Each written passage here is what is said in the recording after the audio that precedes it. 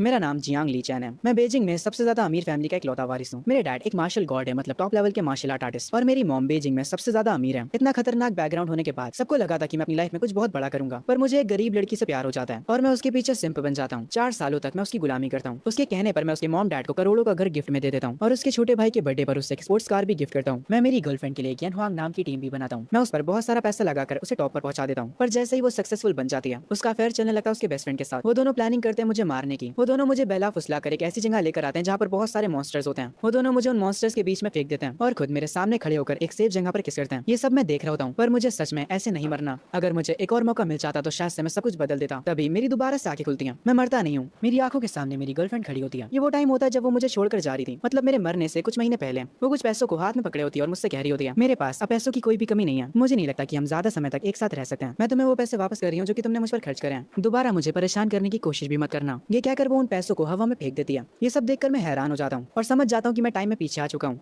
उस टाइम में जब मेरी गर्लफ्रेंड ने मुझे धोखा दिया था, मैं उन पैसों की तरफ देखता हूँ जो कि वो मुझे वापस कर रही थी, और उसके बाद अपनी गर्लफ्रेंड को घूरने लग जाता हूँ। ये देखकर वो मुझसे कहती है, क्या तुम मुझसे कुछ कहना चाहते हो? ये मत कहना कि तुम मेरे पैर पकड़कर मुझसे माफी मांगने वाले हो, क्योंकि कुछ टाइम बाद तुम्हारी मुझसे माफी मांगने की भी औकात नहीं होगी। फिक्र मत करना, मैं तुम्हें अपनी गाड़ी साफ करने के लिए रख लूंगी। ये सुनने के बाद मैं ताली बजाने लगता हूँ और कहता हूँ, तुम ये क्या बकवास कर रही हो? तुम कितनी बड़ी गोल्ड डिगर हो यार। 4 सालों तक मैंने तुम पर अनगिनत पैसे खर्चा करे और अब जबकि तुम टॉपर आ चुकी हो तो तुम मुझे छोड़कर जा रही हो। क्या बढ़िया प्लान था तुम्हारा। ये सुनने के बाद मेरी गर्लफ्रेंड गुस्सा हो जाती है और मुझसे कहती है, आखिर तुम ऐसा कैसे बोल सकते हो मेरे बारे में? तुमने जो करा वो तो बेर मिनिमम है। ये सब तो हर एक बॉयफ्रेंड अपनी गर्लफ्रेंड के लिए करता है। ये सुनने के बाद मैं उससे कहता हूँ, हाँ हाँ तुमने सही कहा, मैंने बेर मिनिमम ही करा है। तुम्हें जो सोचना है सोचो। वैसे भी तुम्हारे छोटे से दिमाग में तुम कितना ही बड़ा सोच सकती हो। मेरी गर्लफ्रेंड ये सुनकर कहती है, तुम बस जेलस हो कि मेरी यन हुआंग टीम टॉपर आ गई है। मैं इतनी ज्यादा सक्सेसफुल हो गई और तुम तो ग्रेजुएशन भी कंप्लीट नहीं कर पाए। ये सुनने के बाद मैं हंसते हुए कहता हूँ, हाँ हाँ मिस परफेक्ट, सही कहा आपने। जब मैं तुम्हारी कंपनी के ऊपर अनगिनत पैसे खर्चा कर रहा था, उसी बीच तुमने अपने बेस्ट फ्रेंड से चक्कर चला लिया। तुम्हारे में तो जरा सी भी शर्म नहीं है। और हाँ, अब मेरी बातें खत्म हुई, तो जितनी जल्दी हो सके यहाँ से निकल जाओ। ये सुनकर वो और ज्यादा गुस्सा हो जाती है और कहती है, मेरा बेस्ट फ्रेंड सही कहता था, तुम एक नंबर के सेल्फिश हो। पता नहीं मैं इतने सालों तक तुम्हारे साथ कैसे रही। मैं उससे कहता हूँ, देखो मैं फालतू के ड्रामे में नहीं पड़ना चाहता। तुम्हें ब्रेकअप करना है ना, चलो करते हैं। मेरे ये बोलने के बाद वो गुस्से में यहाँ से जाने लगती है। जब वो यहाँ से जा रही होती है तब मैं कहता हूँ, तो क्या हुआ अगर तुम्हारी यन हुआंग टीम टॉपर है तो? उस कंपनी को मैंने ही बनाया है, तो अब मैं तुम्हें तुम्हारी औकात दिखाऊंगा। मेरी गर्लफ्रेंड दरवाजे के पास रुककर कहती है, मैं पार्टी के दिन सबके सामने बता दूंगी कि मैं तुमसे ब्रेकअप कर रही हूँ, तो उसके बाद कभी मुझे अपनी शक्ल मत दिखाना। ये कहकर वो यहाँ से चली जाती है। उसके जाने के बाद मैं विंडोज के पास आता हूँ, अपनी पॉकेट से अपना फोन निकालता हूँ और डायरेक्ट कॉल लगाता हूँ मेरी फैमिली के बटलर को। कॉल उठाते ही वो मुझसे पूछते हैं कि कौन बात कर रहा है। मैं उनसे डायरेक्ट कहता हूँ, अंकल फैंग, मुझे यान हुआंग टीम से अपनी सारी इन्वेस्टमेंट हटानी है और मैं चाहता हूँ जो घर मैंने मेरी बीवी की फैमिली को गिफ्ट करा था उन्हें उस घर से तुरंत निकाल दिया जाए। ये सुनने के बाद अंकल फैंग कहते हैं, यंग मास्टर आप दोबारा से इसके बारे में सोच लीजिए। यान हुआंग टीम को इनहेरिटेंस क्लेम करने की जरूरत पड़ेगी। ये सुनने के बाद मैं उनसे कहता हूँ, अंकल फैंग मैंने जैसा कहा है वैसा ही आप करिए। अंकल फैंग कहते हैं, अगर आप अभी टीम को डिसबैंड करते हैं तो आपका कजन जियांग फैंग उस टीम को खरीद लेगा। वो एक अमीर बिगड़ा हुआ लड़का है जिसे रिचेस्ट सीईओ जैसी मानवा काफी पसंद है। अगर वो जियांग फैमिली का मालिक बन गया तो सब कुछ बदल जाएगा। यंग मास्टर क्या आप अभी भी ये करना चाहेंगे? मैं उनसे कहता हूँ, हाँ मुझे खुद पर भरोसा है। ये सुनने के बाद वो कॉल काट देते हैं और कहते हैं, मुझे ये तो नहीं पता कि आप टीम को डिसबैंड क्यों कर रहे हैं, पर कुछ भी हो जाए मैं हमेशा आपके साथ हूँ। कॉल कटने के तुरंत बाद मैं सोचता हूँ, शायद से अंकल फैंग सही कह रहे थे, पर मैंने भी सही फैसला किया है। मेरी गर्लफ्रेंड का नाम लिनवान है। लिनवान तुम्हारी वजह से मेरे सर में दर्द होने लगा है। जब मैं ये सारी बातें सोच रहा होता हूँ तभी मुझे एक आवाज सुनाई देती है। होस्ट की लाइफ के सारे डिसीजंस को स्कैन करा जा रहा है, मिलियन चॉइसेस सिस्टम को एक्टिवेट किया जा रहा है। तभी मेरे सामने एक सिस्टम स्क्रीन पॉपअप होती है। आखिर ये चीज है क्या? ये देखकर मैं काफी हैरान होता हूँ। वो सिस्टम मुझे कुछ ऑप्शंस देता है। ऑप्शन 1, मैं टीम को डिसबैंड ना करूँ और कुत्तों की तरह अपनी गर्लफ्रेंड से माफी मांगूं, और इसके साथ मुझे एक टाइटल भी मिलेगा जो कि होगा बिग लूजर का। ऑप्शन 2 है कि मैं टीम को डिसबैंड कर दूं, इसके रिवॉर्ड में मुझे एक बेसिक गिफ्ट मिलेगा। ऑप्शन 3 होता है कि मैं बस आराम करूं और अपनी लाइफ को मजे से एंजॉय करूं, और इसके रिवॉर्ड में मुझे मिलेगा सुप्रीम गिफ्ट पैक। ये देखकर मैं खुश हो जाता हूं और कहता हूं, मैं फालतू में मेहनत करने का सोच रहा था, सिस्टम तो चाहता है कि मैं आराम करूं और वो मुझे इसके बदले रिवॉर्ड्स भी देने को तैयार है। ये तो काफी अच्छी डील है। लिनवान, तुमने मेरी पिछली जिंदगी में मेरा फायदा उठाया था, पर इस बार मैं तुमसे हर एक चीज छीनने वाला हूँ। मैं सिस्टम से कहता हूँ, सिस्टम मैं थर्ड ऑप्शन को चूज करता हूँ। सिस्टम मुझसे कहता है, कांग्रेचुलेशन होस्ट, सबसे बेस्ट ऑप्शन चुनने के लिए आपको रिवॉर्ड में सुप्रीम गिफ्ट पैक दिया जा रहा है। मैं उस रिवॉर्ड को तुरंत ओपन करने के लिए कहता हूँ। उस रिवॉर्ड में मुझे सुप्रीम लेवल की केओस बॉडी मिलती है और मुझे सुप्रीम लेवल का वॉइड मिलता है। ये रिवॉर्ड मुझे इसलिए मिला होता है ताकि मैं अपने रूम में आराम करते हुए भी अपनी पावर को बढ़ा सकूं। अपनी पावर्स को बढ़ाने के लिए मुझे कोई भी मेहनत नहीं करनी है। ये देखकर मेरे चेहरे पर मुस्कान आ जाती है। मेरे डैड कहते थे कि वॉइड एक ऐसी टेक्निक है जिसको टॉप लेवल के मार्शल आर्ट आर्टिस्ट भी कंट्रोल नहीं कर सकते, और मैंने इसे इतनी आसानी से पा लिया। और किससे पता, मैं इस सिस्टम की मदद से सिर्फ आराम करते करते अपने लेजेंडरी डैड को सरपास कर दूं। और मेरा वो कजन जो कि अपनी स्किल्स पर इतना करता है, अब जबकि मुझे पावर्स मिल चुकी हैं तो मैं इजीली उसे अपने पैरों के नीचे ला सकता हूं। ये सोचकर ही मैं हंस पड़ता हूं। तभी मुझे अंकल फैंग का कॉल आता है। वो कहते हैं कि उन्होंने मुझे कोई वीडियो भेजी है और वो मुझे उसे तुरंत चेक करने के लिए बोलते हैं। मैं उनकी भेजी हुई वीडियो को देखने लगता हूँ। उस वीडियो में वो लिनवान के विला में गए होते हैं। लिनवान अंकल फैंग को थप्पड़ मारने वाली होती है, पर अंकल फैंग उसका हाथ रोक लेते हैं। लिनवान कहती है, चाहे जियांग यी चैन कुछ भी कर ले, मैं उसके पास वापस नहीं आने वाली। पर अंकल फैंग उसको बताते हैं, मैं आपको यहाँ पर वापस लेने नहीं आया हूँ। जिस विला में आप अभी रह रही हैं वो मेरे यंग मास्टर ने खरीदा था, इसलिए अब वो चाहते हैं कि आप इस विला को छोड़कर यहाँ से चली जाएं। ये कहते हुए अंकल फैंग इस विला के डॉक्यूमेंट्स को लिनवान के मुंह पर मारते हैं। ये सुनने के बाद लिनवान कहती है, अगर जियांग यी चैन को लग रहा है कि वो ये सब कर मुझे वापस पा लेगा तो ये उसकी गलतफहमी है। मैं जल्द ही खुद यान हुआंग टीम को ज्वाइन करने वाली हूँ। जियांग यीचैन के बिना भी मैं काफी ऊपर तक जा सकती हूँ। मैं इस वीडियो को अपने फोन पर देख रहा होता हूँ। एक सेकंड के लिए मेरा मूड थोड़ा खराब होता है, पर मैं अगले ही मोमेंट अपने लग्जरी विला में बैठकर खाना खा रहा होता हूँ। तभी मुझे यन हुआंग टीम के बॉस का कॉल आता है। उससे पता चल चुका होता है कि मैं टीम को डिसबैंड करने वाला हूँ। वो कॉल पर काफी परेशान लग रहा होता है और वो कहता है, बॉस मुझे पता चला कि आप यान हुआंग टीम से अपना सारा इन्वेस्टमेंट हटा रहे हैं। हमारे सारे अकाउंट्स फ्रीज हो चुके हैं। आखिर आप ऐसा क्यों कर रहे हैं? मैं उससे कहता हूँ, तो तुम्हें फाइनली अपने बॉस की याद आ गई। तुम्हें क्या लगता है कि मुझे तुम लोगों के बारे में नहीं पता? तुम लोग बस मेरा पैसा फालतू की चीजों में खर्चा करते हो। तुम लोग अच्छे अच्छे होटल्स में रुकते हो और सबसे महंगी ड्रिंक्स पीते हो। और यहाँ तक कि मैंने सुना है कि तुम लोग मेरी बुराई भी करते हो। ये सुनने के बाद यान हुआंग टीम का बॉस कहता है, आपकी बुराई हमारा एक मेंबर करता था और मैंने इसके बदले उसे कई बार सजा भी दी है। हम अभी इस सिटी की सबसे नंबर 1 टीम है। आप हमें ऐसे नहीं छोड़ सकते। ये सुनकर मैं कहता हूँ, मेरे से बकवास मत करो बॉस, मैं हूँ कि तुम। मैं अब तुम लोगों के ऊपर एक फूटी कौड़ी भी इन्वेस्ट नहीं करने वाला। ये कहकर मैं फोन कट कर देता हूँ और वापस से अपना खाना खाने लगता हूँ। उसके बाद मैं जाकर अपने सोफे पर लेट जाता हूँ अपने आईपैड के साथ। मैं देखता हूँ कि मुझे अंकल फैंग का कॉल आ रहा है। मैं उनके फोन को उठाता हूँ और वो मुझे बताते हैं, यंग मास्टर, हमने लिनवान की फैमिली को आपके विला से निकाल दिया है, पर फिर भी हमें कोई ऐसा चाहिए होगा जो कि आपकी बाकी की टीम्स को संभाल सके। मैं अंकल फैंग से कहता हूँ, आप फिक्र मत करिए, मैं जल्दी किसी ऐसे को ढूंढ लूंगा जो कि सब कुछ मैनेज कर सके। तभी अचानक से मुझे कोई याद आता है जो कि मेरी हर एक टीम को मैनेज कर सकता है। ये सुनकर अंकल फैंग कहते हैं, यंग मास्टर, आपने किसे चुना है आपकी बाकी टीमों को मैनेज करने के लिए? मैं अंकल फैंग से कहता हूँ, अंकल फैंग, मेरी एक फियांसे भी तो है, वो ये सब संभालने के लिए सबसे बेटर चॉइस है। ये सुनने के बाद अंकल फैंग कहते हैं, यंग मास्टर, आपने तो हमेशा अपनी फियांसे को इग्नोर करा है। ये सुनने के बाद मैं कहता हूँ, अंकल फैंग, ये मैं पहले किया करता था, आप बस वैसा करिए जैसा मैं कह रहा हूँ। उसके बाद जैसे ही मैं अंकल फैंग का कॉल कट करता हूँ, मैं तुरंत अपनी फियांसे की फोटो देखने लगता हूँ। ये लड़की सच में कितनी ज्यादा प्यारी है। मैं अपनी पिछली लाइफ में सच में बहुत बड़ा बेवकूफ था। मैंने इस जैसी लड़की को इग्नोर करा लिनवान के लिए। मैंने लिनवान को पब्लिक के बीच कन्फेस करा था और अपनी फियांसे की बेइज्जती करी थी, पर इस बार मैं वैसा नहीं करने वाला। अब जबकि मेरी फियांसे मेरी टीम्स को मैनेज करेगी, मैं बिना किसी टेंशन के आराम कर सकता हूँ। मुझे सिस्टम की नोटिफिकेशन आती है, कांग्रेचुलेशन होस्ट, आपने अपना काम दूसरों पर डाल दिया है। आप सच में बहुत ही ज्यादा लेजी हैं, इसलिए आपको रिवॉर्ड में हाई लेवल गिफ्ट पैक मिलता है। मैं ये देखकर कहता हूँ, ये रिवॉर्ड सुप्रीम वाले से तो अच्छा नहीं है, पर फिर भी ये इतना बुरा भी नहीं है। सिस्टम, इसे ओपन करो। मैं वापस अपने माइंड रियाल में चला जाता हूँ और मेरी बॉडी ग्लो करना स्टार्ट कर देती है। उसके बाद मैं अपने ऑफिस रूम में खड़ा होकर उस स्किल को अच्छे से देखने लगता हूँ। जो स्किल मुझे मिली है उसका नाम है वॉइड मिरर। ये एक टॉप कल्टीवेशन मेथड है जो कि सेलेस्टियल एनर्जी का इस्तेमाल करता है। सिस्टम मिलने के तुरंत बाद मुझे इतनी ज्यादा पावरफुल चीजें मिलने लगी। अगर ऐसे ही चलता रहा तो मैं तो इस दुनिया में सबसे ज्यादा ताकतवर बन जाऊंगा। मैं उस वॉइड मिरर को चेक करने लगता हूँ और मेरी जो सोल होती है वो 1 सेकंड के लिए ट्रैवल करती है अंकल फैंग के पास और फिर तुरंत वहाँ से गायब हो जाती है। मेरे ऑरा को अंकल फैंग महसूस कर लेता है और वो कहते हैं, मुझे ऐसा लगा जैसे अभी अभी यंग मास्टर यहाँ पर आए थे, पर जिस टेक्निक की मदद से वो यहाँ पर आए थे वो बहुत ही ज्यादा पावरफुल टेक्निक है। यंग मास्टर अभी तक सिर्फ लेवल 2 पर है, तो मुझे नहीं लगता कि वो कोई ऐसी टेक्निक का इस्तेमाल कर भी सकते हैं। मैं अगले दिन अपने विला में बैठकर ब्रेकफास्ट कर रहा होता हूँ। तभी अंकल फैंग मेरे पास आते हैं और मुझे बताते हैं, यंग मास्टर, आपकी फियांसे मिस्सू यहाँ पर आ चुकी है। मेरी जो फियांसे होती है वो भी मेरे पास आकर डाइनिंग टेबल पर बैठ जाती है और वो मुझे मेरा ब्रेकफास्ट सर्व करने लगती है और वो मुझसे कहती है, आप लिनवान के लिए डेली ब्रेकफास्ट बनाते थे और उसकी वजह से आपको सुबह 4 बजे उठना पड़ता था और आपने ये 4 सालों तक करा। जब मैं अपना फेस पोछने जा रहा होता हूँ तो मेरी फियांसे सू मेरे पास आकर मेरा चेहरा एक बड़े कपड़े से पोछने लगती है। वो बहुत ही ज्यादा खुश हो जाती है और कहती है, आज मैं आपके बहुत ही ज्यादा क्लोज खड़ी हूँ। ये मोमेंट तो काफी बढ़िया है, मैं इसे ऑनलाइन पोस्ट करने वाली हूँ। मैं अंकल फैंग से कहता हूँ, मुझे किसी पहाड़ पर बैठकर सनराइज देखनी है। अंकल फैंग कहते हैं, जैसा आप कहे यंग मास्टर, मैं अभी आपके लिए कार रेडी करवाता हूँ। मैं उनसे कहता हूँ, नहीं, कार की कोई भी जरूरत नहीं है। ये कहने के तुरंत बाद मैं अपनी टेलीपोर्टेशन वाली पावर को एक्टिवेट करता हूँ और तुरंत यहाँ से सू को लेकर टेलीपोर्ट हो जाता हूँ। ये देखकर अंकल फैंग शॉक में पड़ जाता है और वो कहते हैं, क्या यंग मास्टर ने अभी टेलीपोर्टेशन का इस्तेमाल करा? आखिर ये एबिलिटी इनके पास कहाँ से आई? तभी सीन वापस से एमसी के ऊपर शिफ्ट होता है। वो अपना नाश्ता पहाड़ों पर बैठकर कर रहा होता है और सामने से सूरज निकल रहा होता है। मैं सू से कहता हूँ, तुम्हें अब लिनवान के बारे में बात करने की कोई भी जरूरत नहीं है, तुम बस मुझसे बात करो। और हाँ, मैं चाहता हूँ कि तुम मेरी टीम्स को मैनेज करो, इसके बदले में मैं तुम्हें 10 बिलियन दूंगा। ये सुनने के बाद सू उदास हो जाती है और वो कहती है, क्या आप ये सब लिनवान के लिए कर रहे हो? मैं अपनी कुर्सी से उठकर उसके सर पर हाथ रखता हूँ और उससे कहता हूँ, नहीं, मैं लिनवान के लिए ये सब नहीं कर रहा हूँ। बस तुम मुझसे वादा करो कि तुम मेरी टीम्स को मैनेज करोगी, और अगर तुम ये करती हो तो उसके बाद मैं तुमसे शादी करने के बारे में सोचूंगा। ये सुनकर वो खुश हो जाती है। आगे मैं उसको लेकर हमारे कॉलेज में पहुंचता हूँ। आज रात हमारे कॉलेज में ग्रेजुएशन पार्टी है। मैं सू को लेकर आगे जाने लगता हूँ। तभी मेरी गर्लफ्रेंड का जो बेस्ट फ्रेंड है वो मुझ पर आकर चिल्लाने लगता है और वो कहता है, ओए जियांग यीचैन, तुम आखिर इतना लेट कैसे हो गए? मैंने तुमसे कहा था कि तुम आज वेन्यू सेट करने में हमारी मदद करोगे। इस बंदे को देखकर मुझे काफी गुस्सा आता है क्योंकि मेरी पिछली जिंदगी में इसने मेरी गर्लफ्रेंड के साथ मिलकर मुझे मारा था और यहाँ तक ये बंदा मेरे कजन के साथ भी मिला होता है। तभी मुझे वापस से सिस्टम की नोटिफिकेशन आती है। आपको सिस्टम से एक ऑप्शन मिलता है और वो ऑप्शन है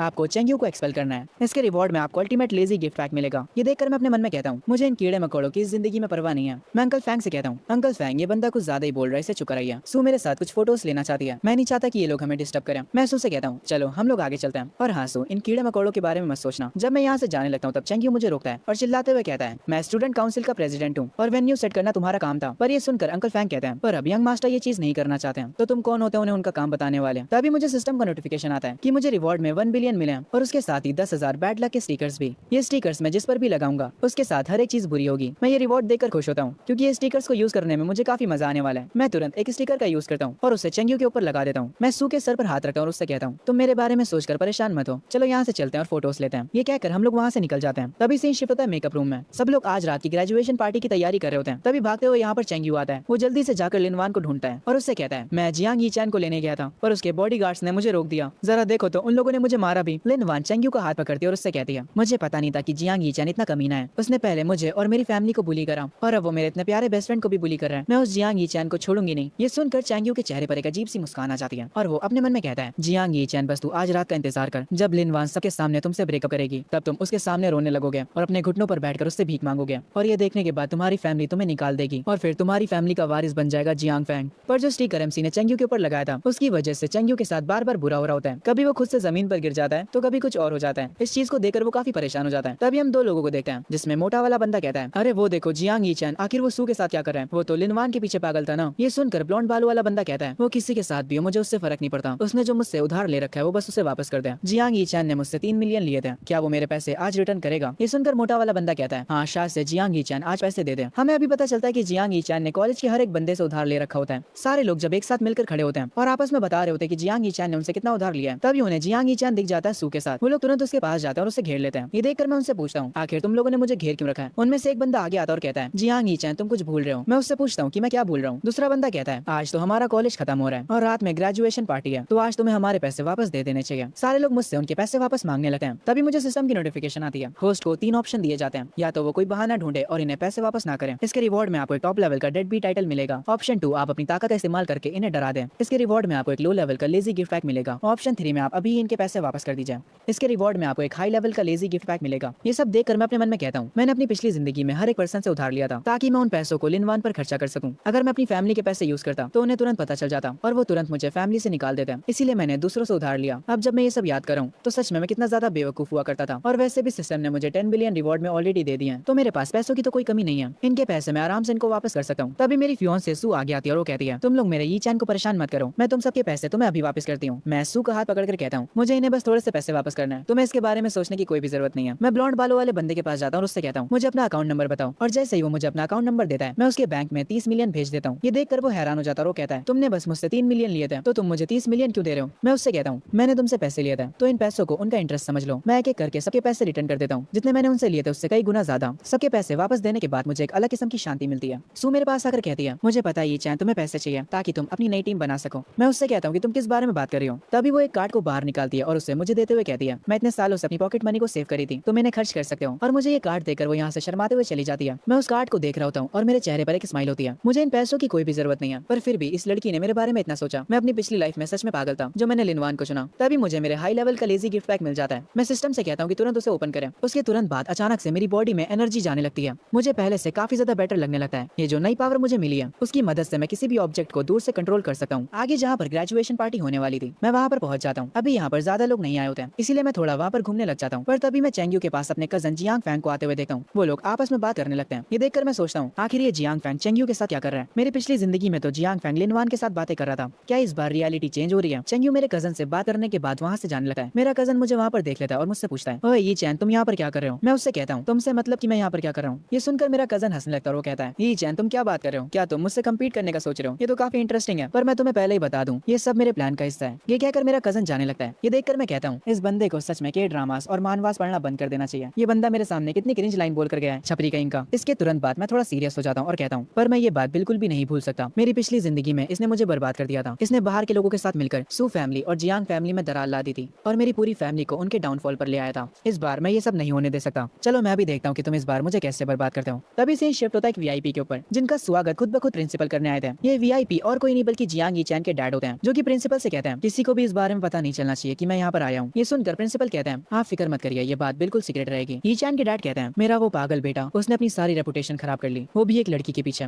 पर समाज में मेरी काफी इज्जत है, इसलिए अगर लोगों को पता चला कि मेरा बेटा एक सिंप है तो ये कितनी डिसअपॉइंटमेंट की बात होगी। प्रिंसिपल ये चैन के डैड से कहते हैं, सर सू फैमिली के हेड भी यहाँ पर आ चुके हैं और बाकी के वीआईपी भी जल्दी ही यहाँ पर आ जाएंगे। तभी यहाँ पर सू फैमिली के हेड यानी सू के फादर आते हैं और वो आते ही ये चैन के डैड से कहते हैं, मैं तुम्हें पहले ही बता देता हूँ, अगर ये चैन मेरी बेटी से प्यार नहीं करता है तो मैं आज ही उनकी एंगेजमेंट को तोड़ दूंगा। ये सुनकर ये चैन के डैड थोड़े शॉक होते हैं। तभी ग्रेजुएशन पार्टी स्टार्ट होती है और इस ग्रेजुएशन पार्टी के गेस्ट बनकर आए होते हैं यान हुआंग टीम, क्योंकि ये टीम इस सिटी में सबसे ज्यादा पॉपुलर है, इसीलिए सारे लोग उन्हें देखकर हैरान हो जाते हैं। यान हुआंग टीम का लीडर अपने बाकी के लोगों को कॉल पर ऑर्डर देता है, सारे लोग मेरी बात सुनो, हमारे बॉस जहाँ पर भी है उन्हें ढूंढो, जैसे ये ग्रेजुएशन पार्टी खत्म होगी हम तुरंत बॉस से बात करेंगे। यान हुआंग टीम को यहाँ पर देखकर चेंग्यू खुश हो जाता है। उसे लग रहा होता है कि जियांग ये चैन ने यान हुआंग टीम को बुलाया ताकि वो लिनवान के लिए सेलिब्रेट कर सके। उसे लग रहा होता है कि यंग मास्टर जियांग फैंग का प्लान वर्कआउट कर जाएगा। वो ये सोचकर मुस्कुराने लगता है। वो ये बात तुरंत जाकर लिनवान को बताता है। ये सुनकर लिनवान खुश हो जाती है, क्योंकि उसको भी लग रहा होता है कि यान हुआंग टीम उसके लिए आई है। वो लोग चुपके से यान हुआंग टीम को देखने के लिए जाते हैं। जब लिन वन यान हुआंग टीम के लीडर को देख लेती है। वो मेकअप रूम में वापस आकर काफी ज्यादा खुश हो जाती है। चैंग यू उससे कहता है तुम जल्दी यान हुआंग टीम की मेंबर बनने वाली हो। जियांग ई चैन के बिना भी तुम्हारा फ्यूचर काफी अच्छा है। चैंग यू लिन वन के फेस को टच करते हुए कहता है मैं तुम्हारी मदद इसलिए कर रहा हूँ क्योंकि मुझे तुम्हारी सच में काफी परवाह है। तुम बस ये चैन से आज ब्रेकअप कर लो। ये सुनने के बाद लिन वन कहती है पर मैं किस रीजन की वजह से उससे ब्रेकअप करूंगी। तभी चैंग यू अपना फोन बाहर निकालता है और वो सू और ये चैन की फोटो को लिन वन को दिखाता है। वो उसे बताता है कि तुम ये चैन पर चीटिंग के एलिगेशन लगा सकती हो। पर सू को ये चैन के साथ देखकर लिन वन काफी ज्यादा हैरान हो जाती है। वो काफी ज्यादा गुस्सा होती है। चैंग यू उससे कहता है तुमने देखा तुमने कल ही ये चैन से ब्रेकअप के बारे में बात करी और आज ही उसने एक नई लड़की सेट कर ली। ये सुनकर लिन वन को और भी गुस्सा आता है और वो कहती है ये चैन तुम्हारी हिम्मत कैसे हुई मुझे धोखा देने की। ये लड़की धोखे के बारे में बात करी है। इसने खुद ही ये चैन को धोखा दिया था। खैर आगे हम चैंग यू को देखते हैं जियांग फैंग से बात करते हुए। चैंग यू फैंग से कहता है मैंने वो सारी चीजें परफेक्टली कर ली जो भी आपने मुझसे करने के लिए कहा था। फैंग चैंग यू की गर्दन पर हाथ रखता है और उससे कहता है तुमने बहुत अच्छा काम करा। मुझे बताओ तुम्हें इसके बदले क्या इनाम में चाहिए। चैंग यू कहता है मुझे कोई भी रिवॉर्ड नहीं चाहिए यंग मास्टर फैंग, बस आप मेरी फैमिली की मदद कर दीजिएगा, मेरे लिए इतना ही काफी होगा। पहले तो मुझे ये बताओ कि तुम लोग एक साथ ऐसे खड़े क्यों हो। तुम दोनों पागल कितनी अजीब तरह से साथ में खड़े हो। छी, तुम दोनों को ऐसे देखकर मुझे खराब लग रहा है। खैर आगे फैंग अपने हाथों को पोंछते हुए कहता है अगर मेरा प्लान आज फेल हो जाता है तो मैं तुम्हारी पूरी फैमिली को गायब करवा दूंगा। अगर मुझे ये चैन को अपने रास्ते से ना हटाना होता तो मैं तेरे जैसे बंदे से बात भी ना करता। घिनौने कहीं के। मैं बाहर हॉल में सोफे पर बैठा होता हूँ और कहता हूँ इस कॉलेज में सबसे ज्यादा टॉपर दो ही लड़कियां, पहली सू और दूसरी लिनवान। मेरी पिछली जिंदगी में जब लिनवान ने मुझसे ब्रेकअप करा था वो भी स्टेज पर, तब सू ने मेरे पास आकर मुझे प्रपोज करा था ताकि वो मेरी रेपुटेशन को बचा सके। पर उस टाइम मेरा दिमाग खराब हो गया था और मैंने ना जाने सू की कितनी बेइज्जती कर दी थी, वो भी सबके सामने। तभी मैं यान हुआंग टीम को स्टेज के पास खड़ा देख लेता हूँ और उन्हें देखकर मुझे काफी गुस्सा आ जाता है। आखिर ये लोग यहाँ पर क्या कर रहे हैं। तभी एक बंदा अनाउंस करता है अब मैं स्वागत करना चाहूंगा बेजिंग की टॉप टीम की विनर का। तभी यहाँ पर लिनवान आती है। एक बंदा मेरे से आकर कहता है अरे ये तो तुम्हारी गर्लफ्रेंड है ना। सब लोग आपस में बातें करने लगे हैं। ये चैन के पास ऑलरेडी मिस सू है और उसकी गर्लफ्रेंड लिनवान भी है। ये बंदा कितना ज्यादा लकी है, दो सबसे खूबसूरत लड़कियां इसके साथ हैं। खैर तभी लिनवान सबसे बोलती है मैं स्पीच देने से पहले आप सबको कुछ बताना चाहूंगी। वो वहाँ पर बड़ी स्क्रीन पर सू और मेरी फोटो को चला देती है जिसे देखकर सारे लोग हैरान हो जाते हैं। ये चैन के डैड भी ये सब देख रहे होते हैं और वो कहते हैं क्या मेरे बेटे को अब अकल आ गई है। लिनवान रोना शुरू कर देती है और कहती है ये चैन हम 4 सालों से साथ हैं, तुमने मुझे धोखा क्यों दिया। लिनवान की ऐसी एक्टिंग देखकर ये चैन के डैड समझ जाते हैं कि ये सारी चीजें ये चैन ने प्लान करी हैं। वो कहते हैं लिनवान को रोता देख मेरा बेटा उसके सामने घुटनों पर आकर उसकी माफी की भीख मांगने लगेगा, वो भी सबके सामने। उसके बाद सब कुछ खत्म हो जाएगा। पब्लिक उन फोटोज को देखकर पागल सी हो जाती है। ये चैन ने जिन लोगों को पैसे वापस करे थे उनमें से एक बंदा अपनी सीट पर खड़ा होकर चिल्लाते हुए कहता है तुम ये चैन के बारे में ऐसी बातें नहीं कर सकती हो, ये चैन के बिना तुम कुछ भी नहीं हो। उसको दूसरा वाला बंदा शांत कराता है और उससे कहता है ओए तुम ये चैन के सामने लिनवान को कुछ मत कहो, ये चैन लिनवान से बहुत ज्यादा प्यार करता है, अगर ये चैन को तुम्हारी कोई भी बात बुरी लगती है तो वो तुम्हें बर्बाद भी कर सकता है। तभी मुझे सिस्टम की नोटिफिकेशन आती है। आपको दोबारा से मल्टीपल ऑप्शंस दिए जाते हैं। पहला आप उसके सामने घुटनों पर बैठकर भीख मांगिए, दूसरा चुपचाप यहाँ से चले जाइए और तीसरा और आखिरी स्टेज पर जाकर उससे फेस करिए और उसके बाद लफड़े को एंजॉय करिए। आपको गिफ्ट में एक अल्टीमेट लेजी रिवॉर्ड मिलेगा। मैं लास्ट ऑप्शन को चुन लेता हूँ और जैसे ही मैं अपनी कुर्सी पर से उठता हूँ वहाँ पर भागते हुए सू आती है और वो सबके सामने खड़े होकर कहती है सारे लोग मुझे माफ करना, तुम लोग प्लीज ये चैन को ब्लेम मत करो, मैं वो हूँ जिसे ये चैन पसंद है, वो मेरा क्रश है, मुझे माफ करना लिनवान, मुझे तुम्हारे और ये चैन के बीच में नहीं आना चाहिए था, प्लीज ये चैन के ऊपर गुस्सा मत हो। ये सुनकर एक बंदा अपनी कुर्सी पर खड़ा होकर चिल्लाते हुए कहता है मुझे लगता है कि ये चैन ने हमारी गॉडेस सू को धमकाया है, वरना वो लिनवान से माफी क्यों मांगती। सारे लोगों को ये चैन के ऊपर गुस्सा आ रहा होता है क्योंकि उन लोगों को बिल्कुल भी पसंद नहीं आता सू का माफी मांगना, क्योंकि वो सारे के सारे लोग सू को पसंद करते थे। जो सू के फादर होते हैं वो वीआईपी रूम में बैठकर ये सब देख रहे होते हैं। वो काफी ज्यादा गुस्से में होते हैं। वो अपने चाय के कप तक को तोड़ देते हैं। ये चैन के डैड अपने मन में कह रहे होते हैं मेरे बेटे दोबारा से कोई गलत फैसला मत लेना, अगर तुमने अभी लिनवान का साथ दिया तो हमारी फैमिली और सू फैमिली के बीच दरार आ जाएगी। जब मैं सू को ये सारी बातें कहता हुआ सुनता हूँ मैं तुरंत उसकी तरफ स्टेज पर जाने लगता हूँ। सू को डर लगने लगता है और वो अपने मन में कह रही होती है ये चैन जरूर से मुझ पर गुस्सा होने वाला है, शायद से वो मुझे थप्पड़ भी मार दे। तभी पीछे से लिनवान कहती है रुक जाओ ये चैन, मैं 4 सालों तक तुम्हारे साथ रही हूँ और तुम सू के साथ मिलकर मुझे धोखा दे रहे हो। मैंने सच में एक गलत इंसान पर भरोसा कर लिया। ये चैन मेरी बात सुनो, मैं अभी तुमसे ब्रेकअप कर रही हूँ। मैं लिनवान के पास जाता हूँ और कोल्ड एक्सप्रेशंस के साथ उसे देकर कहता हूँ क्या तुम्हारी बकवास खत्म हुई, और उसके बाद उसे एक जोर का थप्पड़ मारता हूँ और इससे पहले कि वो रिएक्ट करे मैं उससे कहता हूँ तुम्हारी औकात कैसे हुई सू को खुद से कंपेयर करने की, टैलेंट और स्किल्स के मामले में वो तुमसे कई गुना आगे है, तुम्हें छोड़कर मैंने सही फैसला किया। ये सुनकर चैंग यू और फैंग जो कि एक साथ खड़े होते हैं वो दोनों ही काफी शौक हो जाते हैं। आगे मैं लिनवान से कहता हूँ मुझे समझ आ गया कि तुम क्या करना चाहती हो, तुम सबके सामने इसलिए ऐसी एक्टिंग कर रही हो ताकि तुम मेरी रेपुटेशन को खराब कर सको, तुम कितनी खराब लड़की हो। ये सुनकर लिनवान को काफी गुस्सा आता है और वो कहती है तुमने मुझे सिर्फ इसलिए धोखा दिया क्योंकि सू एक अमीर फैमिली से बिलोंग करती है। मैंने इतनी मेहनत करी थी ताकि मैं यन हुआंग टीम में अपनी जगह बना सकूं और वो सब मैंने तुम्हारे लिए किया, और तुमने क्या किया, तुमने मुझे धोखा दे दिया, तुम तो एक इंसान कहलाने के लायक भी नहीं हो। मैं लिनवान की बातों पर ध्यान भी नहीं देता और सू को लेकर स्टेज पर जाने लगता हूँ। लिनवान भी हमारे पास आकर खड़ी हो जाती है पर जो पब्लिक होती है वो ये सब सुनकर काफी ज्यादा गुस्सा हो जाती है। वो हमारे ऊपर सामान फेंकना शुरू कर देती है। तभी यहाँ पर एंट्री होती है यन हुआंग टीम की, जिन्हें देखकर सारे लोग शौक हो जाते हैं और शांत भी। वहाँ जितने भी लोग होते हैं वो सब खुश हो जाते हैं। उन्हें लग रहा होता है कि यन हुआंग टीम लिनवान के साथ है। सबको लग रहा होता है कि यन हुआंग टीम अब ये चैन को सजा देगी। सारे लोग काफी खुश होते हैं। जैसे यन हुआंग टीम का लीडर स्टेज पर आता है लिनवान काफी खुश हो जाती है और वो उनके लीडर से जाकर कहती है आप सब लोग यहाँ पर मेरा साथ देने के लिए आए हैं ना। पर ये सुनकर लीडर कहता है हम तुम्हारा साथ क्यों देंगे, हमने तुम्हें कब का हमारी टीम से निकाल दिया है। ये सुनकर लिनवान को काफी ज्यादा गुस्सा आता है और वो चिल्लाते हुए कहती है तुम लोग मुझे टीम से कैसे निकाल सकते हो, मैंने टीम में आने के लिए 4 सालों तक मेहनत करी है और तुम मुझे इतनी आसानी से नहीं निकाल सकते हो। लिनवान काफी जोरों से रो रही होती है। यन हुआंग टीम का कैप्टन ये देखकर कहता है अब बस भी करो लिनवान। उसके बाद वो कैप्टन मेरे आगे घुटनों पर बैठ जाता है और मुझसे कहता है बॉस मैं यन हुआंग टीम का कैप्टन हूँ, हमने लिनवान को टीम से निकाल दिया है। यन हुआंग टीम के कैप्टन को यी चैन के सामने अपने घुटनों पर बैठा देख लिनवान काफी ज्यादा हैरान हो जाती है। मैं लिनवान के पास चलते हुए आता हूँ और उससे कहता हूँ हमेशा एक चीज याद रखना, अगर मैंने तुम्हें कुछ दिया है तो मैं उसे वापस छीन भी सकता हूँ। तुमने मेरी मदद को अपनी मेहनत का नाम दे दिया, तुम पागल वागल हो क्या। वहाँ पर जितने भी लोग बैठे होते हैं वो सब आपस में बातें करने लगते हैं। यान हुआंग टीम तो जियांग फैमिली के अंडर है ना, और अगर देखा जाए तो यी चैन का सरनेम भी जियांग है, तो क्या इसका ये मतलब है कि वो जियांग फैमिली का वारिस है।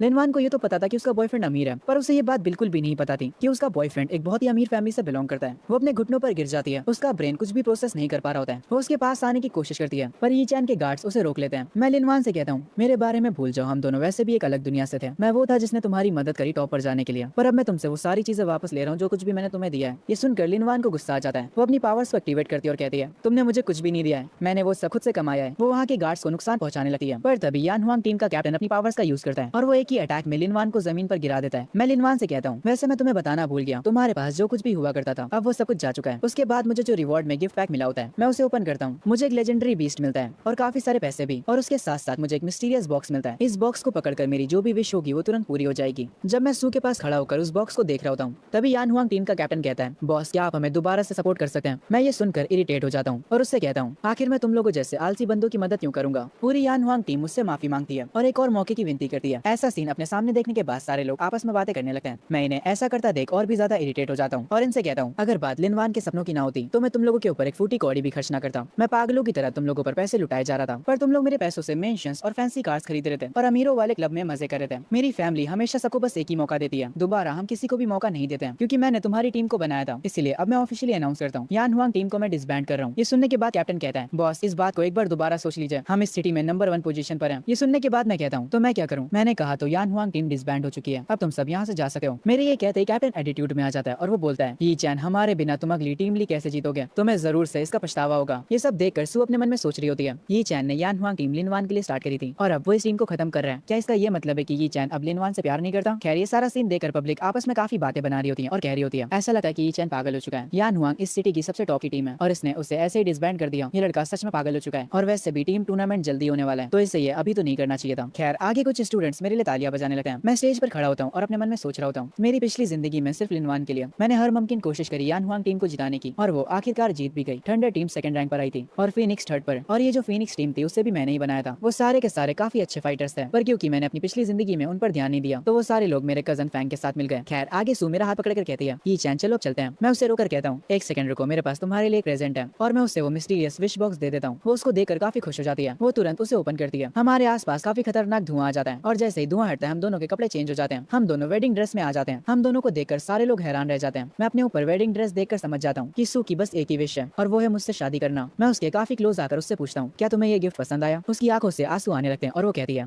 बहुत ज्यादा, मुझे ये बहुत ज्यादा पसंद आया। जो कुछ भी फैंग ने प्लान करा था उसका बिल्कुल उल्टा हो जाता है, इसीलिए वो काफी ज्यादा गुस्से में होता है। वो अपने एक आदमी को बुलाता है और उससे कहता है चैंग्यू की फैमिली को मेरे सामने से गायब कर दो, तुम लोग के पास सिर्फ 3 मिनट है। कुछ लोगों ने पहले से ही चैंग्यू को मारकर उसे बेहोश कर दिया होता है और जैसे ही उन लोगों को फैंग से ऑर्डर मिलता है वो लोग तुरंत चैंग्यू को उठाकर यहाँ से ले जाते हैं। आगे फैंग कह रहा होता है ग्रेजुएशन टेस्ट 3 दिनों बाद है, चलो ये चैन देखते हैं जब तुम हारोगे तो फैमिली के बड़ों का क्या रिएक्शन होगा। खैर तभी सीन शिफ्ट होता है ये चैन के फादर और सू के फादर पर। सू के फादर ये चैन के फादर से कह रहे होते हैं अगर तुम्हारा बेटा ग्रेजुएशन टेस्ट पास नहीं कर पाया तो मैं तुरंत एंगेजमेंट को तोड़ दूंगा। ये कहकर वो यहाँ से चले जाते हैं। ये चैन के डैड थोड़े परेशान होते हैं क्योंकि उनको अभी तक लग रहा होता है कि उनका बेटा सेकंड लेवल पर है, जबकि जो सू है वो लेवल 4 पर पहुंच चुकी है। वो अपने बेटे के लिए टेंशन ले रहे होते हैं। तभी वो अपने बटलर को कॉल करते हैं और उससे कहते हैं जियांग फैमिली का जो ट्रेजर है जिससे मैं एक बहुत ही खतरनाक डंजन से लेकर आया था उसे मेरे पास लेकर आओ। वो बटलर ये चैन के डैड से कहता है सर पर उस चीज के लिए आपने अपनी जान दांव पर लगाई थी और वही एक चीज है जिसका इस्तेमाल करके आप एक मार्शल गॉड बन सकते हैं। पर जो ये चैन के डैड होते हैं वो कहते हैं उस आर्टिफैक्ट को मेरे बेटे को दे दो, उसे कुछ भी करके लेवल 3 तक पहुंचाओ ग्रेजुएशन टेस्ट से पहले। और ये कहकर वो कॉल कट कर देते हैं। तभी सीन शिफ्ट होता है सू और ये चैन के ऊपर। सू अपने हाथ में एक बॉक्स पकड़े होती है जिसके अंदर स्टार शेप में काफी सारे लेटर्स होते हैं। सू ये चैन को बताती है मैंने ये सारे लेटर्स तुम्हारे लिए लिखे हैं, मैं 4 सालों से तुम्हारे लिए लेटर्स लिख रही थी, हर एक लेटर में तुम्हारे लिए एक मैसेज है और मैं उसे हर एक दिन लिखती थी।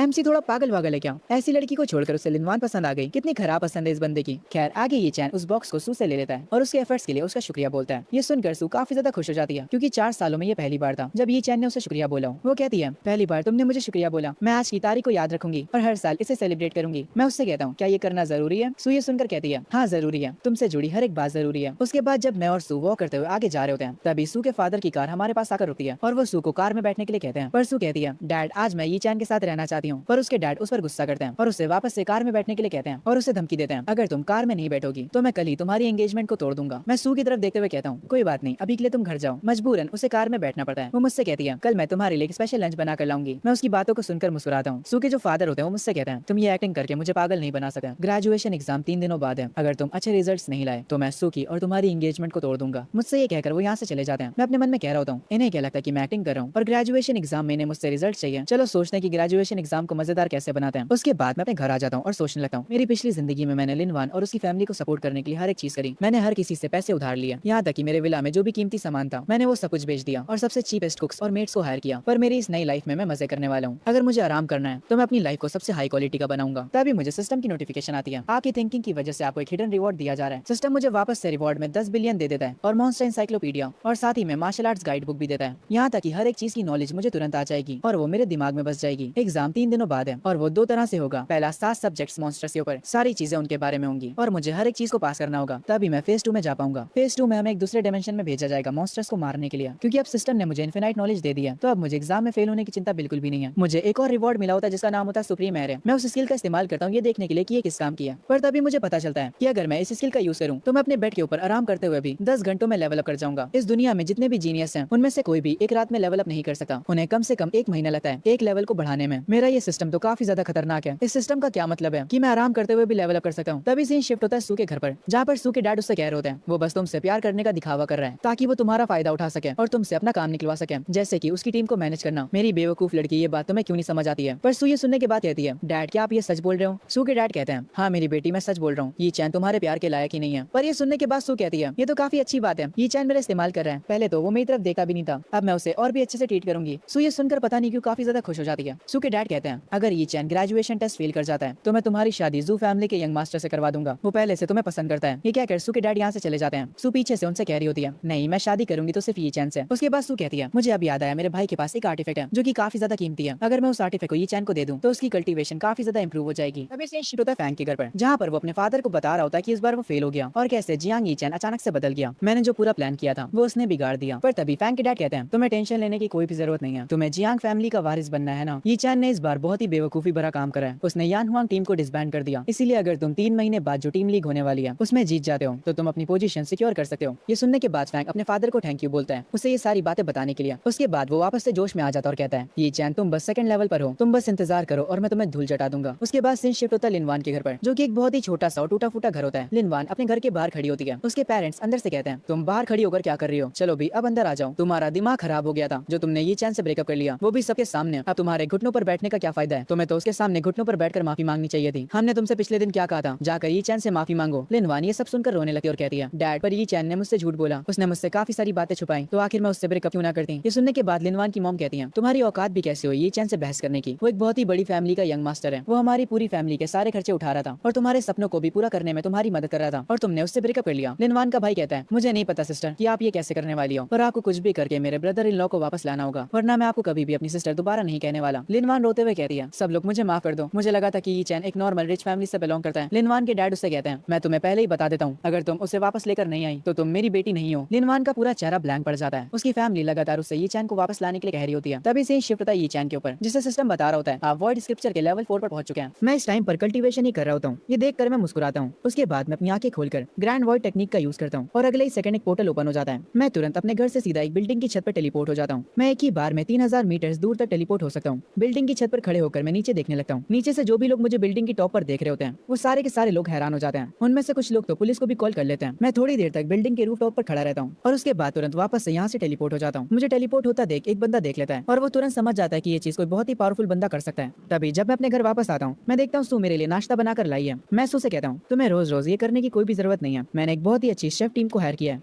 वो लोग ये सब संभाल लेंगे। पर ये सुनकर सू की आंखों में आंसू आ जाते हैं और वो कहती है नहीं तुम ऐसा नहीं कर सकते, आखिर नाश्ते के बहाने ही तो मैं तुम्हें देखने आ जाती हूँ, अगर कोई दिन मैं तुम्हें ना देख पाऊँ तो मैं तो पागल ही हो जाऊंगी। मैं उससे कहता हूँ ठीक है मैं समझ गया। ये सुनकर वो काफी ज्यादा खुश हो जाती है और मुझसे कहती है आज से मैं ही तुम्हारे लिए नाश्ता बनाकर लाऊंगी और वो भी हमेशा के लिए। तभी अंकल फैंग मेरे पास भागते हुए आते हैं और मुझसे कहते हैं यंग मास्टर बाहर काफी बड़ी भीड़ लगी हुई है, काफी सारे वर्कर्स और शेफ बाहर खड़े हुए हैं, वो सब कह रहे हैं कि आपने उन्हें हायर किया है। मैं ये सुनकर कहता हूँ उन लोगों से कहो कि मेरा इंतजार करें, मैं थोड़ी देर में आता हूँ। अंकल फैंग कहते हैं कुछ ही दिनों में आपके एग्जाम शुरू होने वाले हैं, आप और ज्यादा ज्यादा आराम नहीं कर सकते हैं। थोड़ी देर बाद मैं सोफे पर बैठा होता हूँ और एक लड़की मेरा मसाज कर रही होती है और मैं कह रहा होता हूँ अमीर आदमी ऐसे ही जिंदगी गुजारते हैं और ऐसे आराम करते करते मैं लेवल अप भी कर रहा हूँ। मेरे फिजिकल स्टेट्स काफी ज्यादा बढ़ चुके हैं और रिवॉर्ड के तौर पर मुझे एक डिवाइन बीस्ट भी मिल चुका है। जब मैं अपने डिवाइन बीस्ट के साथ बैठा होता हूँ मुझे अंकल फैंग और सू देख लेते हैं। वो दोनों काफी ज्यादा हैरान हो जाते हैं। अंकल फैंग मुझसे पूछते हैं मास्टर क्या आप लेवल 3 पर पहुंच चुके हैं? सू कहती है मुझे तुम्हारे पास से काफी स्ट्रॉन्ग एनर्जी फील हो रही है, क्या तुम सच में लेवल 3 पर पहुंच चुके हो? मैं उन दोनों से कहता हूँ हाँ तुम लोग ऐसा सोच सकते हो। हम देखते हैं जो ट्रेजर ये चैन के फादर ने उसे देने के लिए कहा था। अंकल फैंग वही ट्रेजर को लेकर आए होते हैं। वो ये चैन को सब कुछ समझा देते हैं कि इसे पीकर वो अपने लेवल को बढ़ा सकता है और अच्छे से कल्टीवेट कर सकता है। मैं उस पोशन को देखकर कहता हूँ ये तो वही पोशन है जिसका मेरे फादर इस्तेमाल करते हैं ताकि वो मार्शल गॉड लेवल को सरपास कर सके। क्या ये मुझे इसलिए दे रहे हैं क्योंकि मैं थोड़ा अजीब बिहेव कर रहा था? तभी सू कहती है ये चैन मैंने बहुत मेहनत करी है इस पोशन को चुराने में, तुम्हें इसे लेना होगा।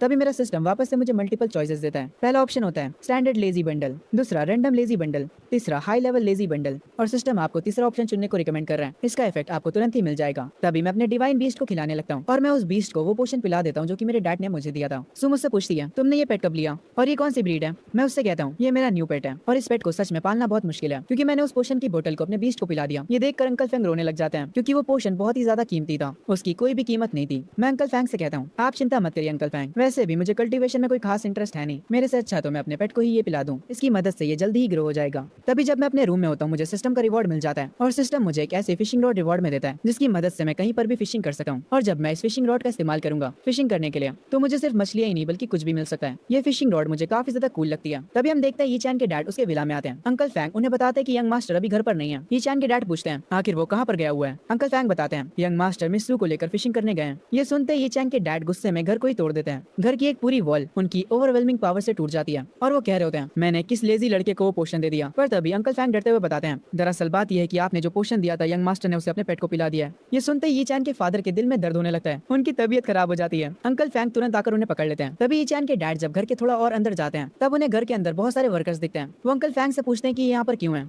अंकल फैंग बताते हैं यंग मास्टर पूरा टाइम आराम करते रहते हैं, यंग मास्टर ने 30 बिलियन खर्चा कर दिए हैं दोबारा से इस विला को बनाने के लिए। ये सुनते ही चैन के डैड और भी गुस्सा हो जाते हैं और वो कहते हैं जब वो कमीना घर वापस आएगा तो उसे बता देना कि अगर वो ग्रेजुएशन पास नहीं कर पाता है तो हम उसे जियांग फैमिली का वारिस नहीं बना पाएंगे, मैं उसको फैमिली से भी निकाल दूंगा। ये कहकर ये चैन के डैड यहाँ से जाने लगते हैं। तभी सीन शिफ्ट होता है ये चैन के ऊपर जहाँ पर सू उसको फिशिंग रॉड पकड़ा रही होती है। वो खुद कुर्सी पर जाकर बैठ जाती है। मैं सू से कहता हूँ मुझ पर भरोसा रखो, आज मैं बहुत ही ज्यादा फिशिंग करने वाला हूँ। कुछ लोग ये चैन को फिशिंग करते हुए दूर से देख रहे होते हैं और वो लोग आपस में बातें कर रहे होते हैं। तुम लोग ज्यादा तेज मत बोलो, वो लड़का जियांग फैमिली से बिलोंग करता है तो क्या हुआ अगर वो जियांग फैमिली से बिलोंग करता है तो फिशिंग करने के लिए तुम्हारे पास स्किल्स होनी चाहिए। तुम्हें पता भी हो मार्शल आर्टिस्ट है। अरे वो जो भी हो, अगर वो एक भी मछली पकड़ लेता है तो मैं इस पूरे तालाब का पानी पी जाऊंगा। तभी मेरी फिशिंग रॉड में कुछ फंसता है। मैं तुरंत ताकत लगाकर उसे जोर से खींचने लगता हूँ और जब मेरी फिशिंग रॉड बाहर आती है तो मैं देखता हूँ कि उस फिशिंग रॉड में जूते फंसे हुए हैं, जिसे देखकर सू काफी खुश हो जाती है और वो कहती है भले ही हमने कोई भी मछली ना पकड़ी हो कम से कम हमें इतने प्यारे जूते तो मिल गए। वैसे ये जूते कोई आम नहीं होते हैं, ये असल में मेरी फिशिंग रॉड का कमाल है। ये फिशिंग रॉड असल में रेयर आइटम्स को लेकर आती है। उसके बाद मैं वापस से फिशिंग चालू करता हूँ और मुझे दोबारा से एक जूते मिलते हैं, जिसे देखकर वो बाकी के मछुआरे जो कि मुझे देख रहे थे वो सबके सब हंसने लगते हैं। मैं दोबारा से फिशिंग करने में लग जाता हूँ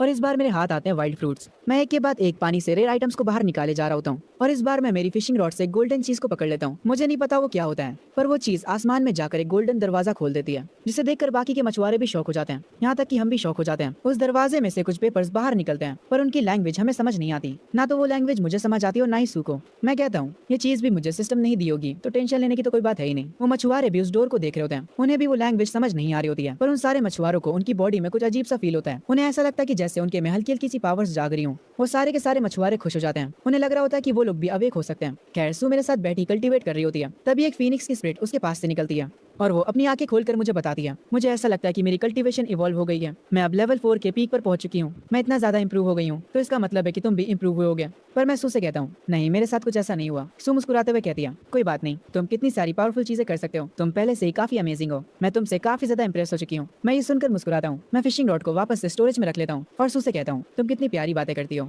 हमने आज के लिए बहुत ज्यादा फिशिंग कर ली है तो चलो अब घर वापस चलते हैं। तभी से शिफ्ट होता है सू के घर पर। टीवी पे उसी नदी की न्यूज चल रही होती है जहाँ पर ये चैन फिशिंग करने के लिए गया था। जो गोल्डन डोर वहाँ पर ओपन हुआ था उसकी वजह से काफी सारे लोग अवेक हो जाते हैं। इसी न्यूज को देखकर सू के फादर कहते हैं काफी सारे कल्टीवेटर्स का लेवल बढ़ चुका है उस डोर के कॉन्टेक्ट में आकर, अगर मैं भी उस डोर के पास होता तो शायद से मैं मार्शल गॉड के लेवल तक पहुंच जाता। तभी यहाँ पर सू आ जाती है और वो आते ही अपने डैड से कहती है डैड मैं ये चैन के घर से खाना खाकर आई हूँ, मैं अपने कमरे में जा रही हूँ इसलिए मुझे डिस्टर्ब मत करिएगा। उसके डैड उसे रुकने के लिए बोलते हैं और उससे कहते हैं तुम वहीं पर रुक जाओ, मैंने सुना है कि तुम अभी तक ये चैन के साथ घूम रही हो और उसी की वजह से तुम अपनी कल्टीवेशन की प्रैक्टिस भी नहीं कर कर पा रही हो। खैर आगे सिस्टम मुझसे कहता है, कांग्रेचुलेशन होस्ट, आप लेवल 4 पर पहुंच चुके हैं। अब आपकी वॉइड टेक्निक काफी ज्यादा एडवांस हो चुकी है, आपकी बॉडी को और भी ज्यादा पावरफुल बना दिया गया है। जैसे ही सिस्टम मुझे ये बताता है, मैं तुरंत से अपनी शर्ट को ऊपर करके अपनी बॉडी को देखा हूँ। मेरी बॉडी के ऊपर किसी भी तरह के अटैक्स का असर नहीं हो रहा था। इसका मतलब है कि अब मुझे किसी भी चीज से खतरा नहीं है। उसके बाद मैं अपने घर से एक बहुत दूर की बिल्डिंग पर टेलीपोर्ट करता हूँ और इस बार मैं 10,000 मीटर दूर तक टेलीपोर्ट हुआ हूँ, जो कि पिछले लेवल से 3 गुना ज्यादा है। अगर मेरे पास ऐसी पावर्स मेरी पिछली जिंदगी में होती तो शायद से मैं तब भी सिंप होता। मैं अपने घर पर आकर खुद को थप्पड़ मारता हूँ और अपने आप को याद दिलाता हूँ, मैं कोई सिंप नहीं हूँ, मुझे अब बस अपनी लाइफ एंजॉय करने पर फोकस करना चाहिए। तभी सीन शिफ्ट होता है ये चैन के पेरेंट्स पर। उसकी मॉम ये चैन के डैड से कहती है, आखिर आप ये चैन के ग्रेजुएशन टेस्ट में क्यों नहीं आना चाहते? जिस पर ये चैन के डैड कहते हैं, नहीं मैं वहाँ पर नहीं जाने वाला, वहाँ पर जू फैमिली और होजोंग फैमिली के लीडर्स भी होंगे, वो बस मेरे बेटे को हारते हुए देखना चाहते हैं ताकि वो लोग मेरा मजाक बना सके, और अगर ऐसा होता है तो मैं उस मजाक को बर्दाश्त नहीं कर पाऊंगा। ये चैन की मॉम कहती है, पर फिर भी वो हमारा बेटा है तो मैं तो जरूर जाऊंगी उसके ग्रेजुएशन टेस्ट में। ये सुनकर ये चैन के डैड कहते हैं, हाँ ठीक है तुम चली जाना, जैसे ही ग्रेजुएशन टेस्ट के रिजल्ट आएंगे तो फिर हम जियांग फैंग को फैमिली का हेड बना देंगे। जियांग फैंग वही एमसी का कजन। तभी सीन शिफ्ट होता है वापस से एमसी के ऊपर। वो आराम करते करते 5वें लेवल तक पहुंच चुका होता है और अब वो हर एक चीज का मास्टर बन चुका है। वो ये देखकर काफी ज्यादा खुश होता है। वो अपने सारे स्टेट्स को चेक करता है और उसके सारे स्टेट्स ओवर पावर्ड हो चुके होते हैं। ये देखकर एमसी कहता है, पिछली बार मैं सिर्फ लेवल 2 तक पहुंच पाया था और इस बार टाइम में पीछे आने के बाद कुछ ही दिनों में मैं लेवल 5 पर पहुंच गया। एमसी बालकनी के पास जाकर कुछ पंचेस थ्रो करता है हवा में और उन पंचेस की पावर से एक पेड़ टूट जाता है। ये देखकर एमसी खुश हो जाता है। उसके बाद अगली सुबह मैं सू को लेकर कॉलेज आया होता हूँ। वो मुझे इतना बदला हुआ देखकर मुझसे कहती है, तुम आजकल काफी ज्यादा बदले हुए लग रहे हो। ये सुनकर मैं उससे कहता हूँ, कभी कभी बदलना जरूरी होता है। जब मैं और सू कॉलेज के गेट के पास होते हैं तभी वहाँ पर आकर लिनवान हमें रोक लेती है और वो आते ही मुझसे कहती है, क्या तुम सू के साथ इसलिए घूम रहे हो क्योंकि तुम मुझे जेलस कराना चाहते हो? मैं मानती हूँ कि मैंने ग्रेजुएशन पार्टी में कुछ ज्यादा ही बोल दिया था, पर तुम भी पूरी तरह से सही नहीं थे, तुम्हारी भी गलती थी। मैं तुमसे माफी मांगने आई हूँ, इसलिए मुझे माफ कर दो। तुम भी मुझसे माफी मांगो और अगर तुम ऐसा करते हो तो शायद से मैं तुमसे पैचअप कर लूँ। ये सुनकर मैं इरिटेट हो जाता हूँ, तुम पागल हो गई हो क्या? लिनवान को ऐसा करते देख वहाँ पर जितने भी स्टूडेंट्स होते हैं वो आपस में बात करने लगते हैं। ये लिनवान में इतनी ज्यादा हिम्मत कहाँ से आ रही है? ये अभी भी यंग मास्टर जियांग को परेशान कर रही है। ये लड़की कितनी ज्यादा गिरी हुई है। उन सब की बातें सुनकर लिनवान को गुस्सा आता है और वो चिल्लाते हुए मुझसे कहती है, आखिर तुम कुछ बोल क्यों नहीं रहे? मैंने ऑलरेडी तुमसे माफी मांग ली है, तो अब ज्यादा अकड़ो मत। तभी मुझे सिस्टम दोबारा से मल्टीपल चॉइसेस देता है। पहला ऑप्शन, मैं लिनवान को माफ कर दूं और उसके साथ वापस से रिलेशनशिप में आ जाऊं। इसके रिवॉर्ड में मुझे एक लूजर का टाइटल मिलेगा। ऑप्शन 2, मैं इसे इग्नोर कर दूं और सू को लेकर यहाँ से चला जाऊं। इसके रिवॉर्ड में मुझे एक लो लेजी रिवॉर्ड मिलेगा। और ऑप्शन 3 है, मैं लिनवान की काफी अच्छी तरह से बेइज्जती करूं और उसके बाद यहाँ से जाऊं। इसके रिवॉर्ड में मुझे प्रीमियम लेजी गिफ्ट पैक मिलेगा। मैं ऑप्शन 3 को तुरंत चुन लेता हूँ और उसके बाद मैं सू का हाथ पकड़ता हूँ, लिनवान से कहता हूँ, सू अपने घर की बड़ी बेटी है, तुम तो इसकी तरह सुंदर भी नहीं हो, ये टैलेंट के मामले में भी तुमसे कई गुना आगे, और इसकी फैमिली काफी ज्यादा अमीर भी है, तुम सू के आगे कुछ भी नहीं हो। लिनवान रोना शुरू कर देती है और कहती है, पर तुमने तो कहा था कि तुम मुझसे हमेशा प्यार करने वाले हो। मुझे इस लड़की पर थोड़ा गुस्सा आता और मैं अंकल फैंग से कहता हूँ, अंकल फैंग मेरी तरफ से इस लड़की को 2 थप्पड़ मारी है, ये लड़की कुछ ज्यादा ही बोल रही है। ये सुनकर अंकल फैंग थोड़े हैरान होते हैं और वो कहते हैं, यंग मास्टर क्या आप सच में चाहते हैं कि मैं इसे थप्पड़ मारूं? मैं अंकल फैंग से कहता हूँ, हाँ मैं यही चाहता हूँ। इस लड़की की औकात कैसे हुई मेरी फियांसे से कम्पीट करने की? अंकल फैंग लिनवान के पास जाकर उसे एक जोर का थप्पड़ मारते हैं। वहाँ पर जितने भी लोग खड़े होते हैं वो सब कहते हैं, लिनवान तुम इसी लायक हो, तुम्हारे साथ तो ऐसा ही होना चाहिए था। सब लोग लिनवान के ऊपर हंस रहे होते हैं। लिनवान रोते हुए कहती है, तुम दोनों को जरूर से इसका पछतावा होगा और सू तुम्हें ये चैन बस इस्तेमाल कर रहा है ताकि वो मुझे जेलस फील करा सके। खैर मैं और सू उसकी बातों पर ध्यान नहीं देते। सू मुझसे कहती है, एग्जाम शुरू होने में बस आधा घंटा बचा है। मैं सू के सर पर हाथ रखकर उससे कहता हूँ, तो मैं तुम्हारे एग्जाम के लिए गुड लक। तभी थोड़ी देर बाद सिस्टम मुझे बताता है, कांग्रेचुलेशन होस्ट, रिवॉर्ड क्रेडिट हो चुका है, आपको फंड्स में 10 बिलियन मिले हैं और साथ ही में 10,000 स्टार फ्रूट्स भी। स्टार फ्रूट्स में प्योर स्टार एनर्जी है, अगर आप इन्हें खाते हैं तो आपकी फिजिक काफी ज्यादा बूस्ट हो जाएगी और आपका लेवल भी काफी तेजी से बढ़ेगा। मैं उस स्टार फ्रूट को अपने डिवाइन बीस्ट को खिला देता हूँ और अब मेरे डिवाइन बीस्ट को बस थोड़ा सा ही लेवल अप करना है, उसके बाद उसकी बीस्ट स्किल अनलॉक हो जाएगी। खैर मेरा भी एग्जाम शुरू होने वाला होता है। टीचर हम सबको बता रही होती है, तुम लोगों का ये एग्जाम ऑनलाइन होगा, अगर तुम लोग गलती से भी चीटिंग करने के लिए एआई का इस्तेमाल करते हो तो तुम्हें तुरंत एग्जाम से बाहर निकाल दिया जाएगा। और हाँ अब तुम लोगों का एग्जाम शुरू होता है। पहले तो मैं सोचता हूँ कि मैं इस एग्जाम में टॉप स्कोर करूंगा, पर तभी सिस्टम मुझे एक ऑप्शन देता है। पहला होता है कि मैं अच्छे से मेहनत करूँ और अच्छे नंबर्स लाऊं, और दूसरा ऑप्शन वो होता है जिसे खुद ब खुद सिस्टम रिकमेंड करता है। मैं टेस्ट को सीरियसली ना लूं और उससे पूरा खाली छोड़ दूं, बस पास होने भर के नंबर्स ले आऊं, क्योंकि इस ऑप्शन को चुनने पर मुझे एक अच्छा रिवॉर्ड मिल रहा होता है। इसीलिए मैं बिना किसी देरी के इस ऑप्शन को चुन लेता हूँ और उसके बाद मैं क्वेश्चन पेपर पर आंसर लिखना शुरू कर देता हूँ। मुझे बस पासिंग मार्क्स लाने थे। मैं आधे घंटे में सारे क्वेश्चंस को सॉल्व कर लेता हूँ और उसके बाद मुझे सिस्टम की नोटिफिकेशन आती है, कांग्रेचुलेशन होस्ट, आपने 100 लेजी पाथ चुन लिया है, इसके बदले आपको सुप्रीम लेजी गिफ्ट पैक मिला है। मैं ये देखकर खुश होता हूँ और सिस्टम से कहता हूँ कि गिफ्ट को तुरंत ओपन किया जाए। सिस्टम मुझे एक ब्लैक गॉड आर्मर देता है और उसके बाद फंड्स में 10 बिलियन दोबारा से, और उसी के साथ में 1 lakh top tier solid element pills.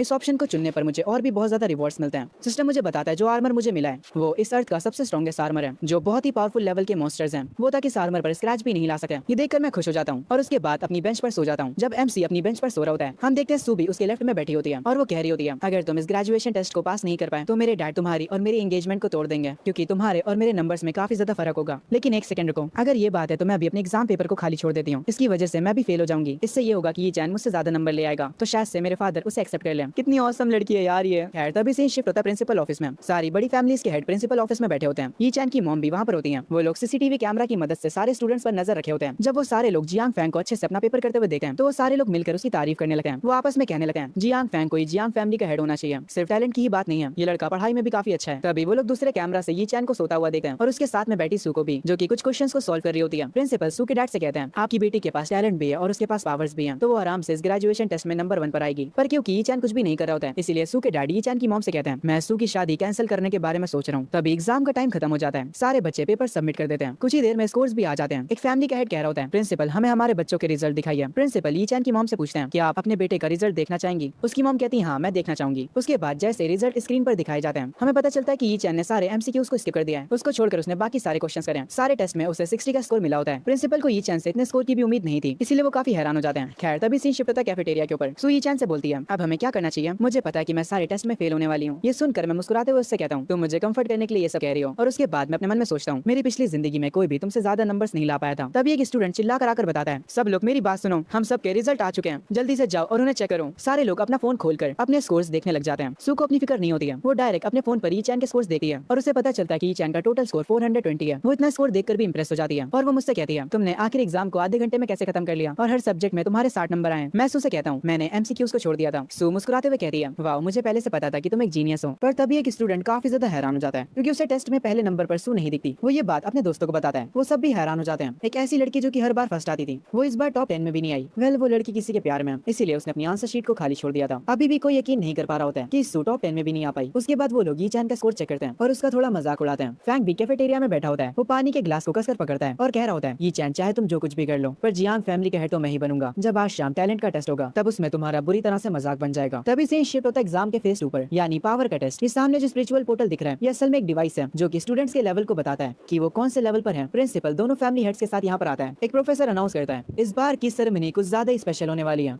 हमने हमारी कंट्री के 5 मार्शल गॉड्स में से एक मार्शल गॉड को बुलाया है और वो है सू फैमिली के हेड और उनके साथ में आई है जियांग फैमिली की मिसेस मिस शिन। इन दो बहुत ही फेमस लोगों को देखकर सारे स्टूडेंट शॉक हो जाते हैं। एक बंदा कहता है अगर मार्शल गॉड ने मुझे नोटिस कर लिया तो मेरी लाइफ तो सेट हो जाएगी। पर उसका दोस्त तुरंत उसे ख्यालों से निकालते हुए कहता है ओए सपने देखना बंद करो, सू फैमिली के हेड सिर्फ और सिर्फ अपनी बेटी को देखने के लिए आए, वो तो तुम पर ध्यान भी नहीं देंगे। खैर एक प्रोफेसर कहता है इससे पहले कि हम टैलेंट सेरेमनी को शुरू करें मैं रूल्स बता देता हूँ। सारे स्टूडेंट्स एक एक करके स्टेज पर आएंगे और जो स्पिरिट स्टोन यहाँ पर रखा हुआ है वो तुम्हारे टैलेंट को चेक करेगा। अगर तुम्हारा लेवल 3 से नीचे हुआ तो तुम दूसरे डिमेंशन में जाकर मॉन्स्टर्स को मारने के बारे में सोचना भी मत। इसके बाद एक प्रोफेसर अनाउंस करता है पहला नंबर है मिस सू का, उसके बाद चिंग चैन का, फिर जियांग फैंग, फिर लिन वान और फिर टैंग लोंग। सू मुझे एक आर्टिफैक्ट देते हुए कहती है मैं पहले जा रही हूँ, तुम इस आर्टिफैक्ट को रख लो, ये एक लोकेशन डिवाइस है। जब हम लोग मॉन्स्टर अरेना में कदम रखेंगे तो इसकी मदद से मैं तुरंत तुम्हें ढूंढ लूंगी। मैं उससे कहता हूँ हाँ मैं तुम्हारा इंतजार करूंगा। उसके बाद सू उस स्पिरिट स्टोन के पास जाती है और वो स्टोन सू को बताता है आप लेवल 4 के पीक पर हो, आपने टेस्ट पास कर लिया है। सू के बाद जितने भी लोग आते हैं वो सारे के सारे पास हो जाते हैं। उसके बाद लिन वान भी आती है और वो भी लेवल 4 पर होती है, पर वो सू के आगे थोड़ी कमजोर होती है क्योंकि वो लेवल 4 के पहले स्टेज पर है। पर जो स्टूडेंट्स होते हैं वो सबसे ज्यादा शॉक होते हैं सू के लेवल को देखकर क्योंकि पिछले ही महीने वो लेवल 4 की हुई थी और इतनी जल्दी वो लेवल 4 के पीक पर पहुंच गई। सब लोग कह रहे होते हैं कि सू काफी ज्यादा लकी है क्योंकि वो ट्रिपल एस मार्शल टैलेंट के साथ पैदा हुई थी। ज्यादातर स्टूडेंट्स इस टेस्ट को पास कर लेते हैं। उसके बाद प्रोफेसर स्टेज पर मुझे बुलाता है। इस प्रोफेसर ने मुझे सबसे आखिरी में बुलाया और मैं इसका मतलब समझ चुका हूँ, ये मुझे हारते हुए देखना चाहते हैं ताकि ये लोग मिलकर मेरा मजाक बना सके। तभी मुझे सिस्टम से दोबारा से एक लेजी ऑप्शन मिलता है। पहला ऑप्शन मैं वॉइड मिरर को ऑफ कर दूं और अपनी असली ताकत सबसे छुपाऊं। ऑप्शन 2 इस टेस्ट को छोड़कर चले जाओ और घर जाकर आराम करो। ऑप्शन 3 अपनी पावर्स को 90% कम कर लो ताकि तुम ये टेस्ट पास भी कर जाओ और लोग तुम्हारा मजाक भी ना बनाए। इसके बदले रिवॉर्ड में आपको एक एडवांस लेजी गिफ्ट पैक मिलेगा। मैं अपनी मॉम की तरफ देखता हूँ और फैसला करता हूँ अगर मैंने अपनी असली पावर रिवील कर दी तो मेरी फैमिली सारी रिस्पॉन्सिबिलिटीज मुझ पर डाल देगी और अगर सच कहूँ तो मुझे बिल्कुल भी रिस्पॉन्सिबिलिटीज नहीं उठानी। अगर उन्हें मेरी पावर्स के बारे में पता चल गया तो वो मुझे आराम नहीं करने देंगे और मैं अपनी जिंदगी को ऐसे तो नहीं जी सका। ऑडियंस में बैठे लोग इतनी जोर से बातें कर रहे होते हैं कि उनकी बातें मुझे भी सुनाई दे रही होती हैं। वो लोग कह रहे होते हैं ये लड़का तो एक लेवल 2 का लूजर है, ये इस एग्जाम को भी पास नहीं कर पाएगा। सब लोग मेरा मजाक उड़ा रहे होते हैं। इनकी बातें अब मेरे कानों में चुभ रही होती है। चलो इन्हें दिखाते हैं कि मैं हूँ कौन। मैं बस अपनी 80% पावर को हाइड करता हूँ और जैसे ही मैं उस स्पिरिट स्टोन के पास जाता हूँ वहाँ पर जो स्क्रीन लगी होती है वो सबको बताती है पावर के कंपैरिजन में मैं सू के काफी ज्यादा करीब हूँ और ये चीज देखकर लोग हैरान रह जाते हैं। सबसे पहले तो फैंग का ही पूरा मुंह खुल जाता है। ये देखकर सू भी बहुत ज्यादा हैरान हो जाती है पर अगले ही सेकंड वो काफी खुश लगने लगती है। सारे लोग इतना ज्यादा हैरान हो जाते हैं कि उन्हें समझ ही नहीं आता कि यहाँ पर क्या हो रहा है। वो लोग आपस में कह रहे होते हैं ऐसा कैसे हो सकता है, ये पिछले महीने तो लेवल 2 पर था और अब ये लेवल 4 की पीक पर पहुंचने वाला है। ऐसा नहीं हो सका, एक महीने में कोई इतना ज्यादा ग्रो नहीं कर सका। ये पक्का काफी समय से अपनी पावर्स को हाइड कर रहा होगा। ये चैन के लेवल को देखकर उसकी मॉम काफी ज्यादा खुश होती है। उन्हें अपने बेटे पर काफी ज्यादा प्राउड फील हो रहा होता है। तभी मुझे सिस्टम का नोटिफिकेशन आता है आपने सबको हैरान कर दिया है, आपको रिवॉर्ड में वापस से 10 बिलियन फंड्स में दिए जाते हैं और उसके साथ ही 100 ग्रोथ फूड्स भी। मैं ये देखकर कहता हूँ इस बार तो सिस्टम ने मुझे बिना कुछ करे ही अच्छा रिवॉर्ड दे दिया। अगर इन फ्रूट्स को मैं मेरे डिवाइन बीस्ट को खिलाऊंगा तो उसकी स्किल जल्दी ही अनलॉक हो जाएगी। मैं इसके लिए काफी ज्यादा एक्साइटेड हूँ।